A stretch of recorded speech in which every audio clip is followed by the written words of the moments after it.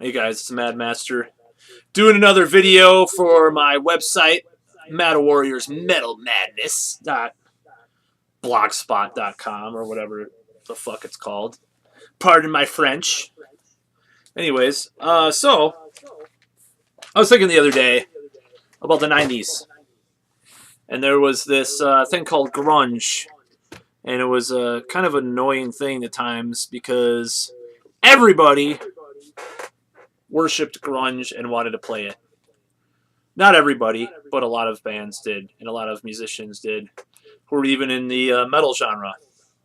So I started thinking about like what were my worst and my best favorite grunge sellout albums from the metal bands that I was followed and so forth, or I followed over the years. So I didn't really like Dokken until more recently, but so I compiled a list.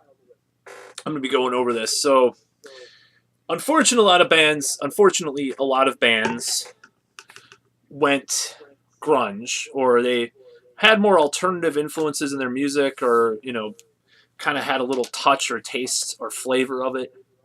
And some of it worked and some of it didn't, and it surprisingly worked is what I should say. So on top of the list of my favorite albums to incorporate a grunge or alternative influence in the early to mid 90's by metal bands is Anthrax's Sound of White Noise. And I know that's kind of controversial album, but I thought that it really had more to do with the songwriting was pretty sharp and the riffs were pretty good, and also they had songs like Black Lodge were kind of experimental and were based on Twin Peaks, which was pretty big at the time, but I think it's awesome. And they had songs like High Pro Glow, which were kind of still speed metal or thrash metal or whatever, sort of. They had a lot of different tastes and stuff. But more importantly, I think they just kind of made it because it had John Bush was the new singer of Anthrax, and I thought that the production was just so killer. And Dave Jordan, who produced like Alice in Chains' Dirt, really did a good job with Sound of White Noise as well, and had this cool feel, this heavy feel to it. So I like that a lot, and it's a controversial album because it does incorporate some alternative or eccentric or grunge influences. And the thing is to remember, Scott Ian was no stranger to drop D or D tuning, because in SOD and even Anthrax he'd used it before. So when there songs like Room for One More or something come in with like the drop D tuning, it's not really anything different than some of the guys have been doing. So I thought it was a pretty brilliant album. So the second pick for a band that could actually get away with having some grunge influences on their sound or their albums. This is going to be a very controversial one, even though it's a cult classic at this point. Is the self-titled Motley Crue album with John Corabi. And a lot of people say it's the worst album, but a lot of people say it's like underrated and it's the best ever since the first two albums, which I'd agree with. It has a lot of filler towards the second half. Unlike the Anthrax album, I like most of that all the way through. But the Motley Crue self-titled album, I don't know if I don't know if all these albums actually necessarily have grunge influences. They have like sort of groove metal or more hard rock influences they incorporate in there, maybe going back to the 70s more. It's not necessarily like they just listen to Mudhoney's album and rip off all the riffs or something, or Green River or some shit. So that's another album that I liked that has a little more of a edge of alternative metal or whatever, groove kind of thing. Had some good songs, some good performances. I mean, Tommy Lee on that album is ferocious. He's great. So that was one where it kind of worked, just like Anthrax. And this one is going to be the most contentious pick for this list. I'm just doing 3 of the best and 3 of the worst, by the way. And I never thought I'd like this album. I only, listened to it a couple years ago. And it's Kiss's Carnival of Souls. And the reason why I picked that is because there's some killer stuff on it. Just like the song Rain, is a pretty cool grungy song. There's Hate by, you know, with Gene Simmons on vocals. It's almost like a, it's, you know, the album's almost like their previous one, Revenge, but, you know, more with more grungy guitars and more influences. It's a lot like it. It's more, you know, groove metal Kiss or something, you know. The second, like the previous album, the second half kind of suffers, but there's some cool stuff like Childhood's End is a ballad off of it, and it was great. I thought they, you know, they could have gone more in that direction. The production is killer too. You know, I think they could have maybe tempered some of those influences and done some more Revenge kind of stuff on the next one. You know, it was, but you know, they reunited with the old lineup and all that. But I thought it was a pretty good album, surprisingly good. I never thought that they could pull off, you know, grunge rock or whatever, grunge metal, more grunge metal than grunge rock. So now we get to the bad ones, and oh boy, we're gonna get some pretty bad stuff here. And this is another one that might be a little contentious because the guy that wrote most of this album is seen as like the missing link that this particular band hasn't had in their band since this album, or at least full time. And you probably already know Queensryche. Here in the Now Frontier, I thought that album just, oh, I just can't listen. It's just not Queensryche. It doesn't, and you know, with the previous examples, let's understand this. These guys are, everybody was influenced by the 70s, right? But you know, like Kiss, they had a Hotter Than Hell. Their second album, it's not a grunge album, but it has these slow, bluesy kind of, not doomy, but you know, more downer kind of riffs. You know, they could fit in with the grunge thing because they could sort of take that bluesier side of themselves and the raunchier side, not raunchy, but like edgier side from that album and like almost like update it for the 90s in a way. With Queensryche, there was no reference point, you know, so it just sounds like fucking half-baked Candlebox half the time on Here in the Now Frontier, and it just didn't work for me. And the production is really good yet again. Like those 90s productions are so much better than now because it just had more depth to them and less brick walling and all that.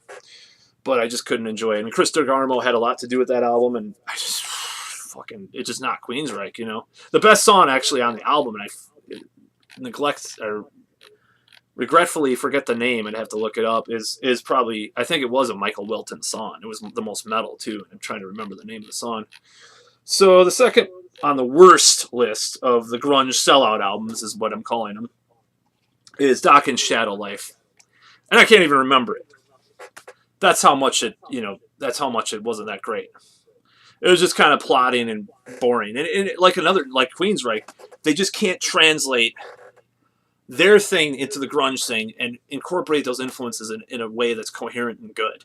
It just didn't work.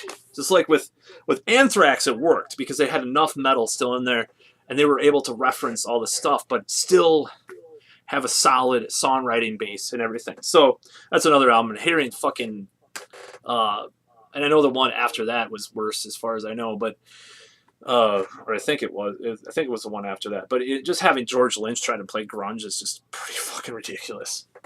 And last but not least, Metallica Load. Now, is it a grunge album? No. It's not a grunge album. It's not an alternative album. It's a Metallica album. And that is kind of the point of why it sucks in a certain way. It's Metallica, but it's just boring Black Album derived Metallica at its best. At its worst, it sounds like some vague alternative groove. I hesitate to use the word stoner rock, but you know, I know James was influenced by a lot of stuff too, or at least the early stuff like Trouble.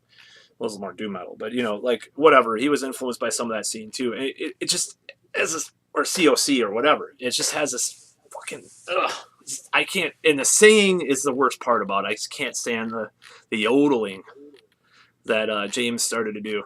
Now, it's not all bad, don't get me wrong. I think it has some good points, like Until It Sleeps and some songs like that. But overall, and Reload was just more of the same crap, you know.